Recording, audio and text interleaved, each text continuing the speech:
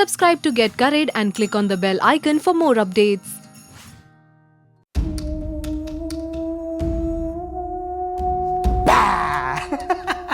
Well, today is the spookiest night of the year, and that is Halloween. For Halloween, let's make a spooky cupcake. For this, I'm showing you my signature dark chocolate cupcake. For that, of course, I need salted butter to begin with, and this goes in a deep bowl. Let's cream this till it's nice and light. At this stage, I'm also going to add in deep dark brown sugar. Mix this well. Once this kind of becomes homogeneous and almost mixed together, I'll add in the eggs.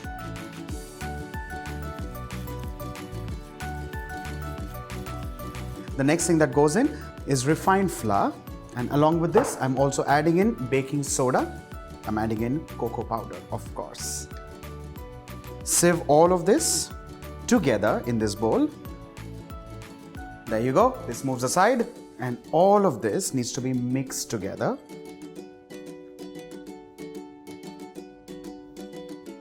Once all of this comes together, we'll start adding in cold milk.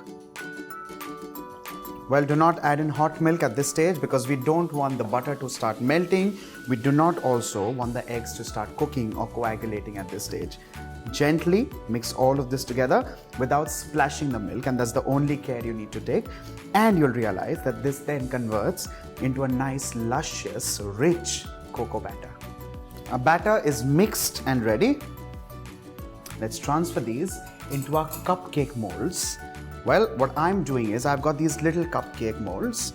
These are actually butter paper which are lined and ready. You need to add in spoon by spoon and fill it till it's 3/4. Well, we need to remember the fact that these are also going to rise eventually, so do not overfill these. Transfer these carefully in a mold. And similarly, let's start filling in the other cupcakes. Well, the remaining batter, you can transfer it into a cake tin. You can convert this into a sponge, make a loaf, make a tea cake. Take a call, but do not, of course, waste this. The next step is baking this, but in a while.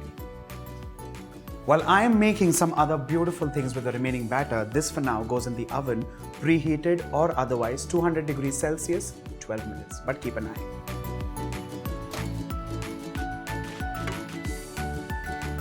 While our cupcakes are getting cooked, let's move on to the next step, and that is making a dark chocolate ganache. For that, just 2 ingredients, of course, dark chocolate and milk.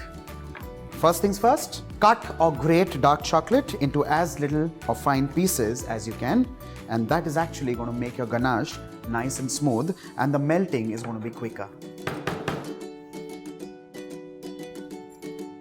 The chopped chocolate goes back in the bowl, and the next step is making the ganache. For this, I'm going to heat a pan, and to this, I'm going to add in milk. Well, this could also be made with cream, but milk just works fine. The milk has just kind of begun to simmer. Let's pour this in the chopped chocolate. Swirl it around, and you'll see that magically the chocolate starts melting beautifully, and that's exactly what we're looking at. You can take a spoon and bring all of this together, and you'll see that this converts into a beautiful mass, and that's called ganache technically. You need to mix this well till the chocolate is absolutely smooth and the mixture is absolutely lump-free. Our chocolate ganache has become nice and smooth and absolutely lump-free, and our cupcakes are also baked and ready. They're kind of just coming down to room temperature. Another 5-7 minutes and they'll be just perfect. While that's happening, let's move on to creating bat wings. Well, now the question would be, bat wings for what? Well, spooky cupcakes, remember? So for that spookiness, I'm creating bat wings. Let's see how. For that, of course, I have some dark melted chocolate. You can, of course, melt it in a microwave or you can melt it in a double boiler. Choice is completely yours. You just need to take a plastic sheet and add in a few spoonfuls of chocolate. The next step is to use a bent palette knife and spread this chocolate into a nice and even layer, absolutely smooth, to the thickness of roughly 1 mm to 2 mm. You lift this aside gently and keep it in a cleaner place. and in the interim, you can clean the mess up. When the chocolate is just kind of set to touch, the next step is to start creating figures. What I'm doing here is making bat wings. Well, with this, our bat wings are actually shaped and ready. The next step is, well, there are two things that you can do here. In this case, you can keep some weight on top of this and ensure that these are nice and flat. On the contrary, what I want is a nice natural look, for which I'm actually putting this in the fridge. Well, what will happen in the fridge is that these will get a natural curl, and that will make it look absolutely natural. So let's do that. The next step is to transfer the ganache in a plastic bag, or you can also use a piping bag with a star nozzle in this case. Push this down. You can do some dummy practices here and there. And finally, once you're ready, you start piping the cupcakes.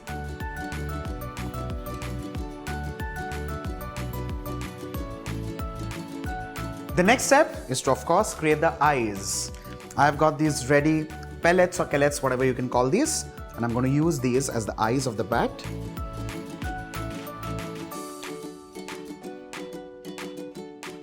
And finally, last but not the least, the wings of the bat. Well, they're done and ready. Let's snip this off.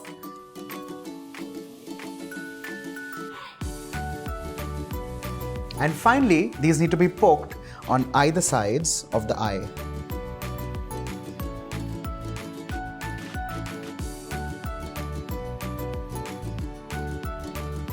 For this Halloween, I thought of making spooky cupcakes, of course, like a bat.